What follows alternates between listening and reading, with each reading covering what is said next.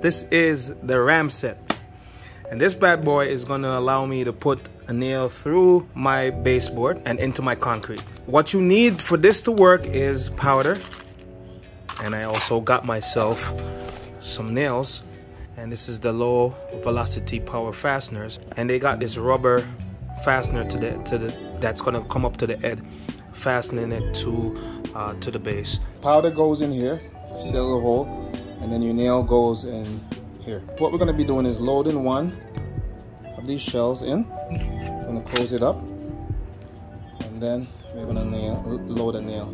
Now this shouldn't initiate until you press down, and also press down on this, right? Make sure that you're pressing down on this with this hand, and then here we go. And you can see there's a little bit that's peeking up. I'm not sure, maybe I should have gotten the higher grade powder. So I think I know what happened. For this length, I should have probably gone with the number 5, because this is a pretty long nail. So, I mean, this should be fine. It's not gonna matter to me, because I mean, it's not like you're seeing inside the wall. So this is gonna work for us.